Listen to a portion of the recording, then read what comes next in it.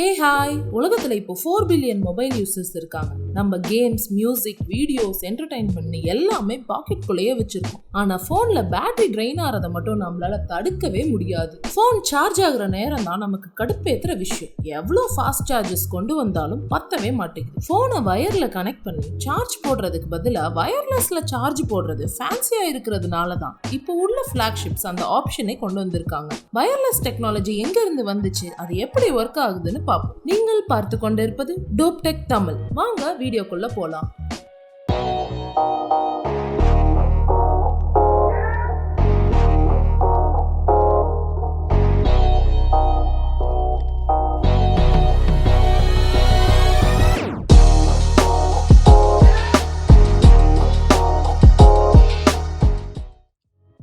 Century எண்ட்ல Nikola Tesla கிட்ட இருக்கிற 2 பவர்ஃபுல்லான மேக்னெட்டிக் ஃபீல்ட்ஸ் இன்டர்ஃபியர் ஆகும்போது அதுல எனர்ஜி டிரான்ஸ்ஃபர் நடக்கும்னு கண்டுபிடிச்சிட்டாரு. ஆனா இதை நம்ம பல வருஷத்துக்கு அப்புறமா தான் யூஸ் பண்ண ஆரம்பிச்சிருக்கோம். வயர்லெஸ் பவர் கன்சோர்டியம் 2008ல ஸ்டார்ட் பண்ணி 2010ல சை ஸ்டாண்டர்ட்ஸை எஸ்டாப்ளிஷ் பண்ணிருக்காங்க. இந்த சை ஸ்டாண்டர்ட் தான் நார்த் கொரியா, ரஷ்யா, ஜெர்மனி மிலிட்டரிஸ்ல அடாப்ட் பண்ணிட்டு இருக்காங்க. கேலக்ஸி S6 தான் ஃபர்ஸ்ட் வயர்லெஸ் சார்ஜிங் போன்.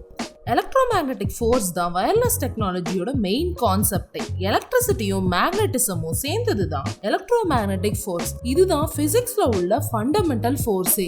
ஈஸியா புரியுற மாதிரினா ஒரு லைட் பல்ப். அதுல கண்ணால பார்க்கக்கூடிய லைட் எலக்ட்ரிசிட்டியால வருது. ஆனா கண்ணுக்கு தெரியாத எலக்ட்ரோமேக்னெட்டிக் ஃபீல்டும் அதை சுத்தியே இருக்கும். மேக்னெட்டிசமும் எலக்ட்ரிசிட்டியும் ஒரு காயினோட 2 பக்கம் மாறி எலக்ட்ரிசிட்டி ஃப்ளோ ஆனாலே ஆட்டோமேட்டிக்கா எலக்ட்ரோமேக்னெட்டிக் ஃபீல்டும் உருவாகிடும். வயர்லெஸ் சார்ஜிங் ஆகுறதுக்கு சார்ஜிங் பேட் தேவை. அந்த பேடுக்குள்ள காப்பர் காயில்ஸை சுத்தி வச்சிருப்பாங்க. நம்ம போன்லயும் அதே மாதிரி காப்பர் காயில்ஸை சுத்தி வச்சிருப்பாங்க. சார்ஜிங் பேட்ல பவர் கொடுக்கும்போது காப்பர் காயில்ஸ்ல எலக்ட்ரிசிட்டி பாஸ் ஆகும். அப்போ அதை சுத்தி எலக்ட்ரோமேக்னெட்டிக் ஃபீல்ட்ஸ் உருவாகும். எவ்வளவு காப்பர் காயில்ஸை சுத்தி வச்சிருக்காங்களோ அவ்வளவு ஸ்ட்ராங்கா அதோட எலக்ட்ரோமேக்னெட்டிக் ஃபீல்ட் இருக்கும். இப்போ உங்க போனை சார்ஜிங் பேட் மேல வச்சோனையும் உங்க போனோட எலக்ட்ரோமேக்னெட்டிக் ஃபீல்ட் சார்ஜிங் பேடோட இன்டர்ஃபியர் ஆகும். இப்போ அந்த பெரிய காயில் சின்ன காயிலுக்கு எனர்ஜி டிரான்ஸ்ஃபர் பண்ணும். காப்பர் ரேடியோ வேவ்ஸை தடுக்கும். அதனாலதான் எனர்ஜி டிரான்ஸ்ஃபர்ல காப்பரும் டேட்டா டிரான்ஸ்ஃபர்ல ஆப்டிக்கல் ஃபைபரும் போட்டிருக்காங்க. இது நடைமுறைக்கு இவ்வளவு காலமா வராம இருந்ததுக்கு காரணம் சார்ஜிங் கெப்பாசிட்டி அந்த பேட்ல உள்ள நம்பர் ஆஃப் காயில்ஸ் பொறுத்து தான். இப்போதான் கொஞ்சம் ரீசனபிள் அமௌண்ட்ல நிறைய காயில்ஸை சுத்த முடியறனால வயர்லெஸ் சார்ஜிங் ஃபேமஸ் ஆகிட்டே வருது. வயர் மூலியமா சார்ஜ் பண்றது தான் வயர்லெஸ்ஸை விட